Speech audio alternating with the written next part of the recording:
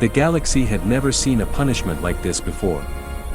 Humanity was not defeated in a war, nor crushed by a stronger race. They were exiled, not because they were weak, but because the Council feared what humans could become. Every major species signed the order. The screens across the galaxy displayed the same words. Humanity will be moved outside the central zones. No colony of humans shall remain in Council space. People watched in silence. Soldiers removed human banners from stations. Millions were pushed into transport ships. Every world that once welcomed humans turned its back. And the Council believed that this was the end of humanity's influence forever. Yet they miscalculated something important. Exile does not destroy strong minds. It sharpens them. Far from the major trade routes, humans were sent to abandoned sectors filled with dead planets, broken mining stations, and dry moons with no water. Many believed humans would collapse in just a few years. Supplies were limited. Technology was outdated. And their ships were old. But even in exile, humans did not break. Commander Ryland was only 20 when his family arrived in the exile zone. He remembered the humiliation on Earth's final broadcast. The Council speaker said humans were a threat to peace, that their ambition was too dangerous, that their creativity made them uncontrollable. Ryland stood among thousands that day and made a silent promise to himself. We will return. The exile zone was harsh. Most planets were dust-covered wastelands. Others had frozen oceans. But humanity did something no other species expected. They began working immediately. Old engines were repaired. Rusted metal was reshaped. Abandoned outposts were restored. Human engineers fixed machines other species had thrown away. Children learned survival skills instead of games. Students studied old battle history to understand how their ancestors had once stood strong. Years passed, but no one stopped trying. Humans were banned from building battle fleets, yet scientists secretly upgraded cargo ships. They enhanced engines, reinforced hulls, and strengthened shielding. These were not warships, but they were becoming something much more advanced. One day, miners discovered something unusual inside an asteroid. It was a sealed vault containing old human war technology from centuries ago. No one even remembered it existed. Inside the vault were ancient designs, forgotten blueprints, broken reactors, and encrypted logs from early human explorers. These secrets changed everything. Ryland and his team studied every document, decoded every file, and tested every component. Those ancient devices were not meant to destroy, they were meant to evolve. They had deep core systems that generated stable energy. They could run ships longer than any Council engine. Humanity suddenly had a direction. Ryland gathered people across the exile zone. Mechanics, scientists, scouts, and old soldiers joined him. They began rebuilding quietly, far from Council satellites. They used hidden caves, underwater fields, and dusty shipyards where scanners could not reach. Some wanted revenge immediately. But elders reminded them that anger leads to mistakes. They needed time, years of preparation. So humans worked silently, with patience no other civilization possessed. While fleets were being developed secretly, life in exile slowly changed. Schools opened. New villages formed. Roads connected settlements. Humanity no longer looked like broken refugees. They looked like pioneers rising from dust. Children grew hearing only one version of history, not the shameful one the Council broadcasted, but the true one. Their teachers told them, "You are not the species that was exiled. You are the species that will return stronger." And children believed it. Families told stories under dark skies. They talked about Earth's oceans, forests, old cities, and lights that never faded at night. These stories kept hope alive. Even in exile, humans kept remembering where they came from. Ryland often stood on a rocky plateau overlooking a valley filled with repaired ships. They were not many, but they were enough. Every time he looked at them, he whispered. This is not exile. This is preparation. For the Council, humanity was already forgotten. But inside the exile zone, something powerful was awakening. Humanity was not defeated. They were transforming. Building. Learning. Rising. And soon, the galaxy would remember them, not as exiles, but as rulers of the stars. 12 years passed in exile. What began as scattered colonies turned into disciplined worlds working under a silent mission. The Council believed humanity was fading, losing resources, and fighting with nature. But beyond dust storms and frozen fields, something was being created that no scanner could detect. Commander Ryland now stood inside a hidden shipyard built beneath the surface of an abandoned moon. Water layers above them blocked every satellite sensor. Machinery roared underground like thunder, yet outside the surface remained silent and empty. The Great Fleet was rising. But these were not normal ships. Humanity did not build bulky cruisers like the Council. They built sleek carriers, silent fighters, and long-range scouts. Every ship had armor that absorbed energy instead of reflecting it. Every engine had shielding that masked signals. And every weapon was designed to disable, not destroy, so the enemy could watch their defeat. Ryland's closest engineers called this project Shadow Armory. Inside laboratories, scientists connected old reactors from the asteroid vault to new structures. The ancient cores responded like they had been waiting for centuries. Lights glowed blue, then gold. Power surged. Humanity found a way to generate fuel without mining, without trade, without assistance. They were no longer dependent. Across exile colonies, cargo ships traveled with lights turned off. People saw only dark shapes passing across the sky. Children asked their parents, "What is that ship?" Parents simply smiled and said, "Hope." Ryland selected pilots trained in silence. No cheering, no speeches, no announcement. They flew simulations day and night. They learned how to fly without lights, how to track without scanners, and how to strike without sound. Their ships made no trail in space.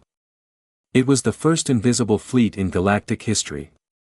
Meanwhile, the Council grew confident. They reported to the galaxy that humans were struggling, that their colonies lacked water, and that their population was shrinking. Reports even claimed humanity was begging for supplies. But human leadership allowed those lies to spread. Every false rumor shielded them. One day, a scout named Amira returned from a deep reconnaissance mission. Her ship landed in the underground hangar, shaking from high-speed travel. She stepped out, pale, eyes wide, voice trembling. "They are planning something," she said. Ryland asked quietly, "Who?" "The Council," she whispered. "They plan to erase Earth permanently, to make sure we never return." The room fell silent. Nobody cried. Nobody shouted. They looked at each other with one truth: exile was not enough. Council wanted extinction. Ryland turned to his engineers. "Activate every vessel." In the darkness, metal giants began to awaken. Engines glowed soft blue. Racks containing silent interceptors shifted. Doors opened like rising gates of ancient temples. The fleet came alive. A voice echoed through the underground speakers. "Shadow Armory is operational." Across the exile zone, settlements paused. Teachers dismissed classes. Workers stopped at construction sites. Families stood outside their homes looking at the sky, even though nothing visible was above them. They felt something had changed. Ryland ordered every ship to move using silent thrusters. No light beams. No normal engines. No radio transmissions. They traveled like moving shadows. When pilots entered their cockpits, they found engraved words behind each seat. "You are not forgotten." It was placed there by older survivors, men and women who remembered the day Earth was taken.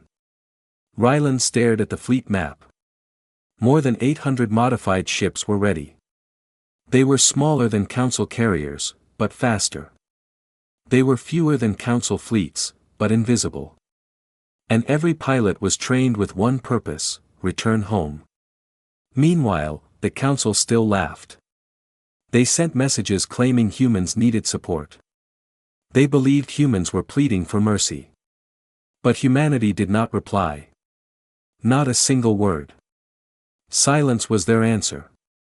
Inside those underground hangars, humanity began their march, not with loud engines, not with bright banners, but with quiet confidence. The exile years did not weaken them. They turned humans into something stronger than any empire expected. The next time humanity appeared in Council space, they would not arrive as refugees. They would arrive as a force that could not be ignored. Or stopped. The Council believed humanity had vanished into silence. Their reports said humans no longer had working fleets and barely survived using scraps. They were certain humans remained weak and broken. But on a calm stellar cycle, everything changed, so suddenly that the galaxy forgot how to breathe. A Council summit was underway inside the Grand Chamber on the capital planet. Representatives of 12 dominant species sat under golden lights, speaking proudly about peace, trade routes, and military strength. The screens behind them showed colorful star maps, all labeled Protected Council Territory. No human territory was shown. Humanity was erased from the map, as planned. In the middle of a debate, power grids flickered. The golden lights dimmed. The large star map shut off. At first, they thought it was a minor technical error, but then the floor shook as though distant thunder rolled through space. The chamber windows shifted into emergency transparency mode, revealing the sky outside, and then the galaxy froze. Above the capital planet, a dark shadow covered the sun, not a meteor, not a cloud, but a massive human flagship, larger than anything ever registered. Its surface was shaped like dark crystal armor, completely silent, absorbing every reflection. It blocked day from reaching the planet. Then more shadows appeared. 1. 5. 20. A full formation of invisible fleet ships phased into visibility. Their stealth fields dropped like curtains revealing an army that should not exist. Council guards panicked. Weapons were drawn. Communication links scrambled. Orders were shouted. But nothing worked. Council war satellites tried locking target signals, but no readings registered. Their systems recognized the fleet as empty void. It was technology the Council could not understand. Inside the chamber, a trembling ambassador whispered. Humans, returned. No alarm sounded because alarms could not detect anything. The giant flagship opened one central transmission channel, and a single human face appeared across every screen, every device, every observatory lens. It was Commander Ryland. Older. Sharper. Eyes that held no fear. He spoke calmly. You closed the doors when we were unprepared. Now we arrive without knocking. The chamber fell silent. No threats. No shouting. Just that line. Council military boards activated defensive fleets, launching hundreds of ships from orbital platforms. But as soon as they approached the human formation, their engines shut off. Their navigation screens turned blank. Their ships froze in space like trapped insects. Human ships disabled them without firing a single shot. Council generals screamed across channels. What weapon is that? But no answer came. Instead, bright lights from the human fleet projected silent beams downward, mapping the entire capital planet's surface. Every city retreated indoors. People watched broadcasts in disbelief. Then, Ryland continued speaking. Years ago, you exiled an entire species. You believed distance would break us. Instead, exile became our foundation. The Council President stood, trying to remain composed. Human command, we request peaceful negotiation. Ryland did not blink. You negotiated when you held the power. Now, negotiation begins on equal ground. He lifted his hand. Human escorts descended through atmosphere, landing silently across major landing fields. Soldiers marched out, not armored like council fighters, but wearing simple black uniforms with glowing silver insignia. No tanks. No cannons. No burning engines. Their presence alone threatened the galaxy. A trembling ambassador stuttered. "Do you seek war?" Ryland answered. "If we wanted war, none of you would be speaking." The council leadership realized something terrifying: humans returned not in anger, not in rage, but in control. Emotion was gone. That made them undefeatable. Across colonies outside the capital, news spread rapidly. Humans have returned. Our exile is over. The council bows today. People celebrated in secret. Some cried. Some laughed for the first time in years. Inside the chamber, Ryland spoke once more. "The galaxy will not forget what was done. But we did not come to destroy you." He paused. "We came to reclaim our place." The broadcast ended. Human ships did not fire. Human soldiers did not attack. Yet the galaxy surrendered in silence. Because sometimes, true power is not shown through explosions, but through the ability to conquer without using force. And on that single day, humanity did exactly that. Every star map would soon redraw itself. Because the species once exiled now stood above them all. The council chamber remained quiet long after the human broadcast ended. No weapons fired. No alarms echoed.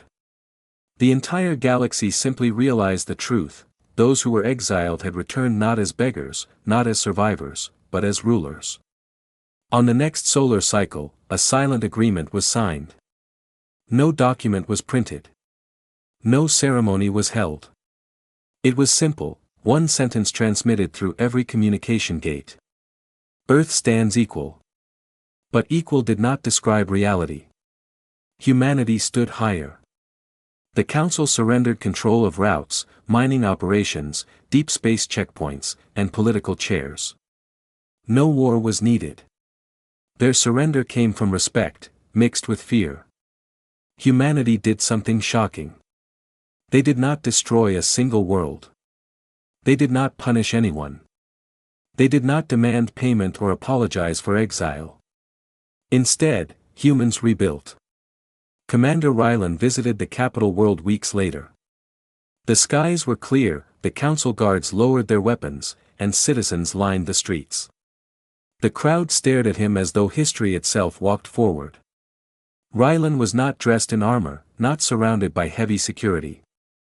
He wore a simple dark coat and a silver badge. A reporter asked nervously, "What do humans seek now?" Ryland answered softly, "A galaxy where exile will never happen again." That became the core of the new system. Human engineers landed everywhere, on war-damaged moons, abandoned mining stations, dried planets with silent cities. They restored power grids, repaired transport corridors, opened water fields, revived oxygen farms, and rebuilt educational chambers. Where other species saw ruins, humans saw blueprints. Within 10 cycles, places forgotten by the council began to shine again.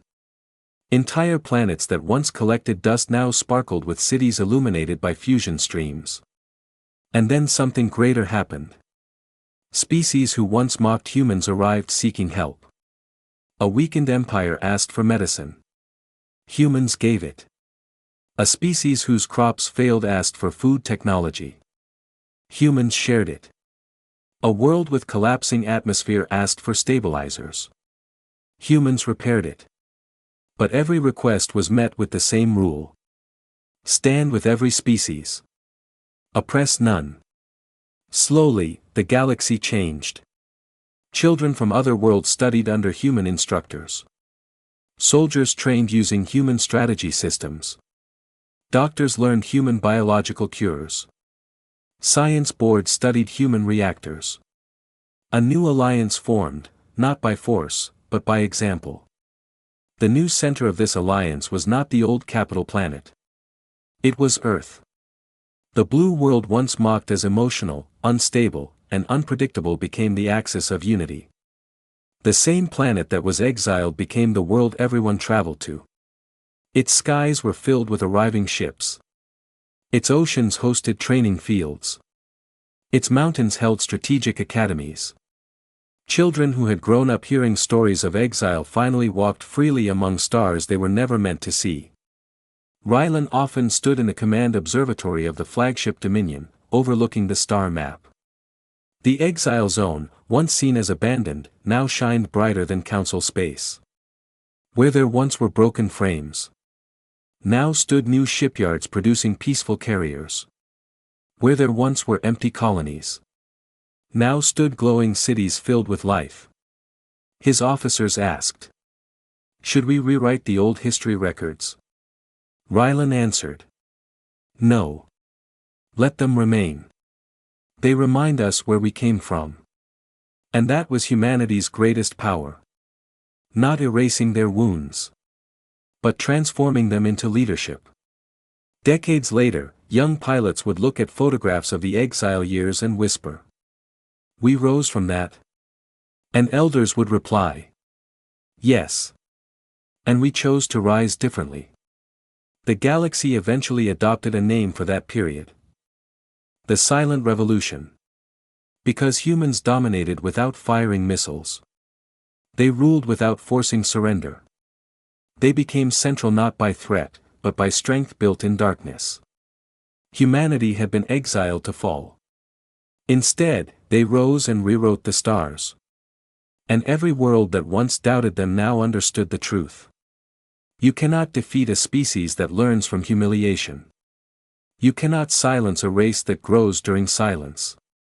And you cannot exile those who turn exile into their throne. Humanity did not return to survive. They returned to lead. And they did.